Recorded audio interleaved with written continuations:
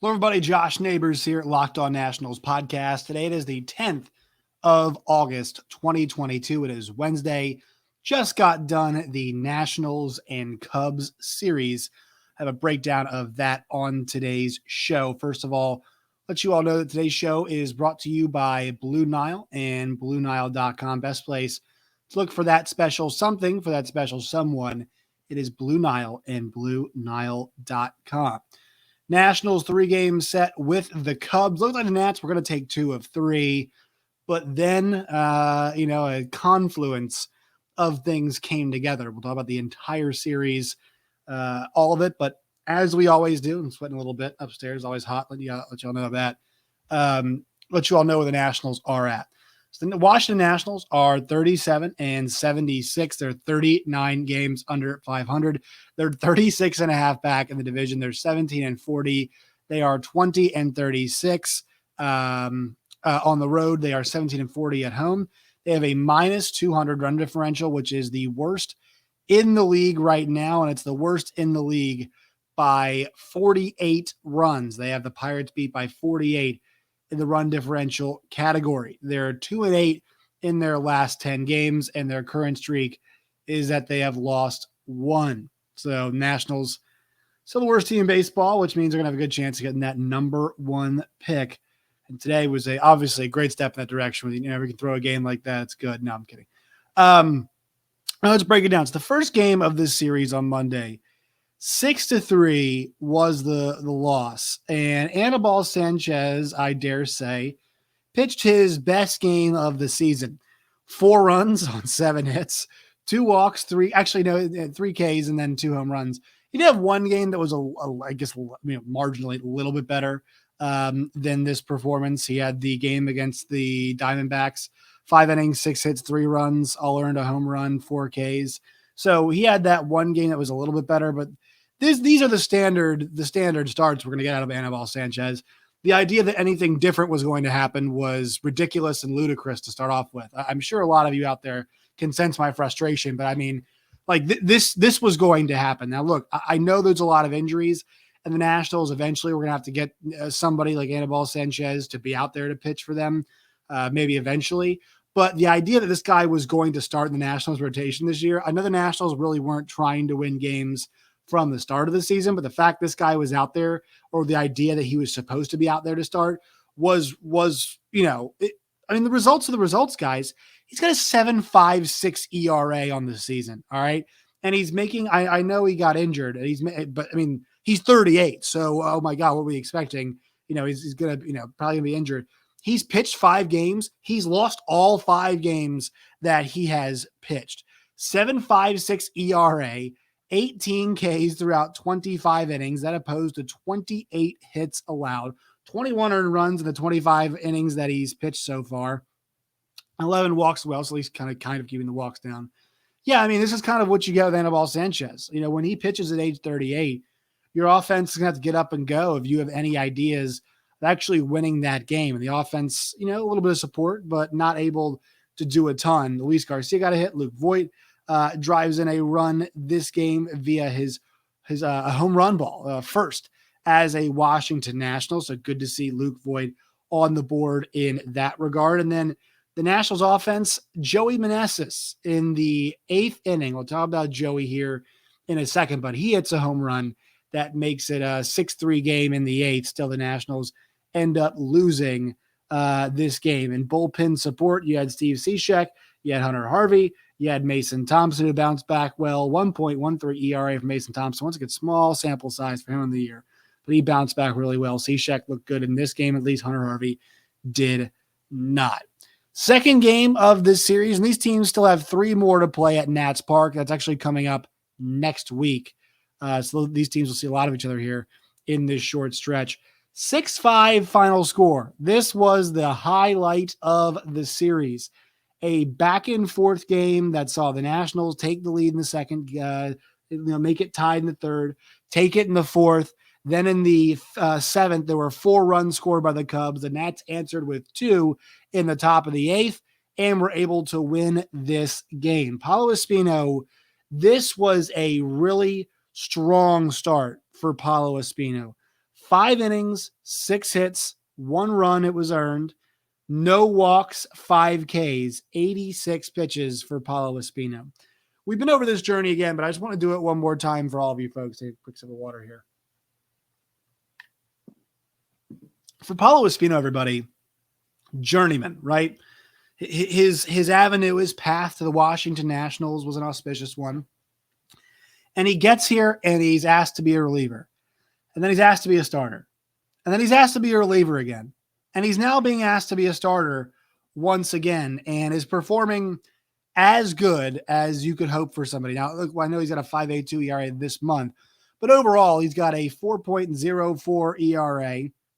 And you talk about his relief. I mean, I like to go by months for you all. So as a reliever, 3.27 in April, May, 1.42, June, 3.38. July is really the one big the hiccup he's had. He's made 2 starts so far in August, and the first one didn't go great. The second one's going pretty well. But this is a guy that's been thrust into a position where we did not think that he was, supposed to be.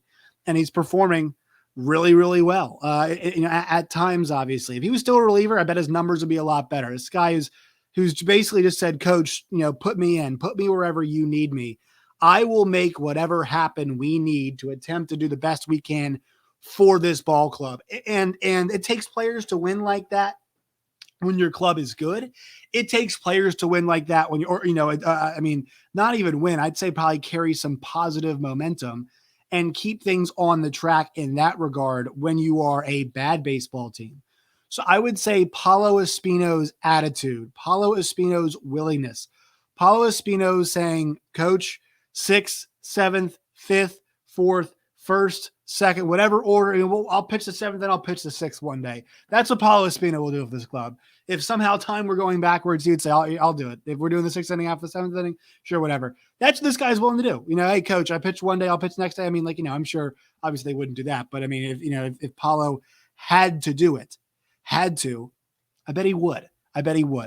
And, once again, his journey through his career, Milwaukee in 17, Texas in 17 as well, doesn't pitch in the big leagues again until 20, pitched 20, 21, and 22. And now you're talking about a guy who's 35 years old and making the most of it. And he's peaking right now in his career.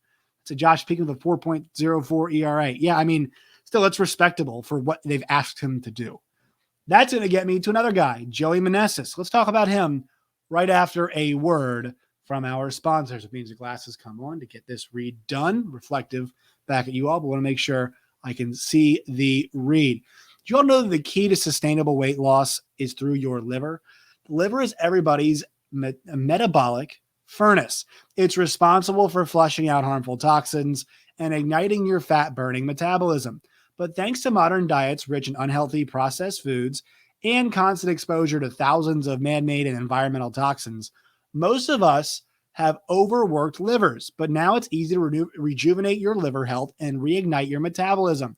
Thanks to Liver Health Formula by Pure Health Research. Liver Health Formula contains 8 liver-boosting super nutrients like turmeric, beet, artichoke extract, all of which work together to wake up your sluggish liver and turn it into a toxin-flushing and fat-burning machine. No more bloated belly, no more uncomfortable digestion, no more feeling tired and low on energy all the time. And best of all, Liver Health Formula makes it easier to maintain a healthy body weight long term. As a listener of our show, you can try Liver Health Formula risk-free today and get a free bottle of Curb Fit with your order. Curb Fit is a safe and all-natural appetite suppressant, making it easy to say no to naughty foods. This makes the perfect complement to Liver Health Formula. Go to liverhealthformula.com/MLB. That's getliverhelp.com/MLB. Getliverhealth.com/MLB to try Liver Health Formula today, completely risk-free. You guys can do that today. Once again, it is getliverhelp.com/LockedOnMLB. So one guy who's been hitting well at a home run today is Joey Meneses. You want to talk about a guy that has had to wait his turn, and his turn has come in a very unusual way. Obviously, teams clear all the time, but he is getting opportunities because the Nationals traded away Josh Bell. And if you look, man, where this guy has been, go and look at the Joey Meneses. When you look at his baseball reference page, I mean, there is Dominican Summer League, Gulf League, South Atlantic League, Mexican Pacific Winter League. You've got the Caribbean Series. You've got the Carolina League. You've got the Mexican Pacific Winter League once again. He's played there a decent amount. You've got places like AAA East, and you've got places like Portland. He's been to Worcester. He's been to, back down to Mexico again. He's been to Rochester. I mean, this guy, looking through the places he's been, I mean, this guy's got the frequent flyer miles. He's been to Rome, Calican, other places in Mexico, Mississippi, California, Mississippi again, Mexico again, Lehigh Valley, Illinois, Worcester, Massachusetts, Portland, Maine, Rochester. And now he is now in Washington, and he is 6 for 21 so far. He has got 6 hits. 3 of them have been home runs. He's driven in 5 runs and hits the home run, a scooper into left field in the second game, of the series to help the Nationals get the win. I mean, you think about guys like this. Sometimes I saw that first home run. You thought, okay, maybe this is just the moment. Maybe that's the only moment that we're going to see for a guy like a Joey Meneses. And no, he's kept having moments, right? He's homered now in back-to-back games.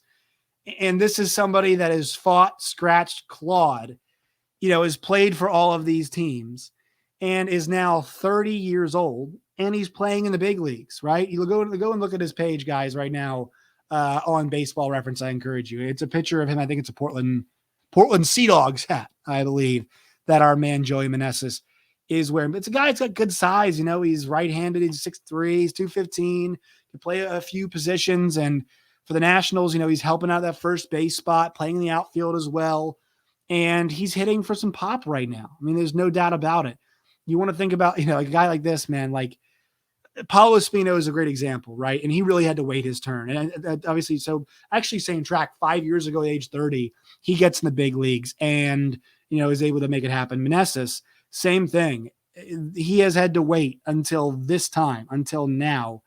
AAA had a really nice season, 286. He's hit 20 dingers down there in AAA, and he's hit already 3 at the time of the Nationals. So this is a guy that all told is probably going to be north of 25 home runs and maybe approaching 30. And I'm not saying this is an indicator of anything to come for the Washington Nationals, anything to come long-term for a guy like Joey Meneses. But you have to be encouraged to see somebody make it like this. Once again, I'm not saying about anything long-term, what this does for the Nats, what it does for Meneses, but the fact that this season has been riddled with bad storylines and the Nationals sucking and trading away Juan Soto and trying to get excited about those new guys, you have to sit there and be thankful that a story like Joey Meneses comes by. And you know what? That's the one thing about bad ball clubs is that they do precipitate some of these storylines sometimes.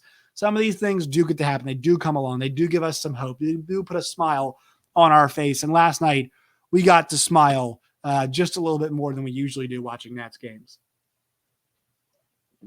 But, I mean, back and forth affair last night. It's so I honestly, it was a pretty fun baseball game, right? It was weird to see Kyle Finnegan not pitch very well. We saw it last night, but the Nats able to hang on and get that win 6-5. And so a little bit, and also check out the win expectancy chart. This was and we had everywhere from Cubs 85% to, Nats 87% at different points in this ballgame, all before the 7th inning. And Carl Edwards Jr. comes in the end of this game, inning of the third, gets the job done, gets his first save of the season, and able to help get the Nats the win. All right, one more game to look at here. It was the Cubs 4, Nats 2. This game had a little bit of everything. It had Meneses home run. It had Victor Robles making a spectacular catch out there in center field, and then inexplicably, throwing a ball to the backstop. And this is the Victor Robles experience all in one sitting today.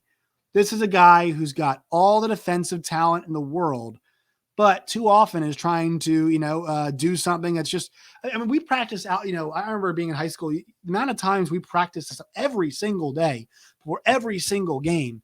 You work on this stuff, timing your throws, hitting the cutoff man, all kinds of stuff. And this is the type of guy you see across all sports who can make the spectacular happen, but also can make the boneheaded look rather simple. And he did both of those things in this game today.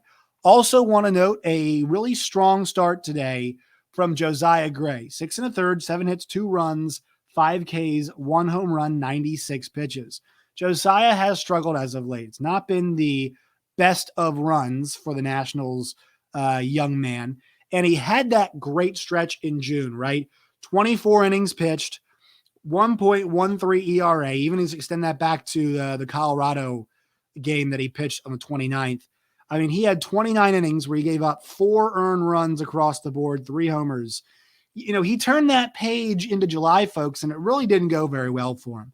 6.75 ERA in that month, 9 home runs surrendered in the 26 2/3 innings that he pitched. And that extended also in the start of August. 4 innings, 6 hits, 6 runs, 4 home runs against the Phillies. And he's trying to bounce back here, and I thought he did in a big way. Yes, things got a little loose late for him, but normally your bullpen should be able to help, and your defense should help you clean that up. The Nationals were not. Steve Cishek had made some bad pitches this game, and the Nationals got burned on that front. And then they just couldn't rally. They had a chance late in the game. They just could not rally. Carl Edwards Jr. comes in, though. Does help. But it looked like, Carl ends up giving up a run that's not earned. It was not his run. On the one he gave up, I don't think I've seen Carl miss a ton with location. But what you saw Barrera stand up behind the plate. He was looking for that ball high. And Edwards just throws it low in the zone. It gets poked into right field. And that gave the 4-2 lead for the Cubs. That was a rare error for a guy who has been relied on a ton. Just made a bad pitch, and that's what made it 4-2, but it wasn't really his fault, just an observation from him pitching. Once again, Joey Meneses goes deep in this game, which was exciting and good to see. And I forgot to mention this about the game that we saw last night, because, the one thing we're still tracking with this Nationals team is the performances of Keibert Ruiz and the performances of a Josiah Gray, guys who got in the trade last year. 384-foot home run in the first inning, and then in the fourth inning, 373-foot home run. So this guy scored, drove in 4 runs the first 3 innings, all based off the long ball. I've heard some Nats fans complain to me, get called a mid, not a great player. And look, I know it's rough. The Nationals did just DFA Donovan Casey, an outfielder from that Dodgers trade, a couple days ago, yesterday, day before, I forget what day it was. Yeah, I get it, folks. That's not easy to see, right? But I once again think Keibert Ruiz is a really promising player. Maybe, is he Adley Rutschman? No, he is not Adley Rutschman. Those guys don't really come around a whole lot. But could he be an excellent, is he on track right now to be a really good 2-way catcher? Yes, he is. 24 years old, hitting 246, 6 homers, 29 RBIs driven in. He's got a low OPS, but he's still just 24 years old. So this guy's got some time. And he's a young player, and I think the Nationals fans should still be really, really excited about what he offers. So there you go. One more word from our sponsors, and we'll get out of here. Today's show is brought to you by Blue Nile and BlueNile.com. Make your moment sparkle with jewelry from Blue Nile and BlueNile.com. Going on right now, it's the Blue Nile anniversary sale. Save up to 40% on classic fine jewelry pieces and 25% on engagement ring settings. Plus, every order is insured, it ships free, and it arrives in discreet packaging that won't give away what's inside. Shop stress-free and find your forever piece. Go to BlueNile.com today. Once again, that is BlueNile.com. All right, make sure you guys follow us on Twitter. It's at @LO_Nationals. You guys can find me at @JoshNeighbors_. You guys can find the show wherever you get your podcast, and we are on YouTube as well. Make sure you guys go check out the episode that we had with Lindsey Crosby. Lindsey and I talked about all of the Nationals prospects. I mean, we went through every single guy the Nationals got in that trade with the Padres, so you all can have a better idea. And so I could too have a better idea of the guys the Nats have coming over, allow us to get a bit more excited about them. So check that out today. All right, my friends. Till next time, as always, stay safe.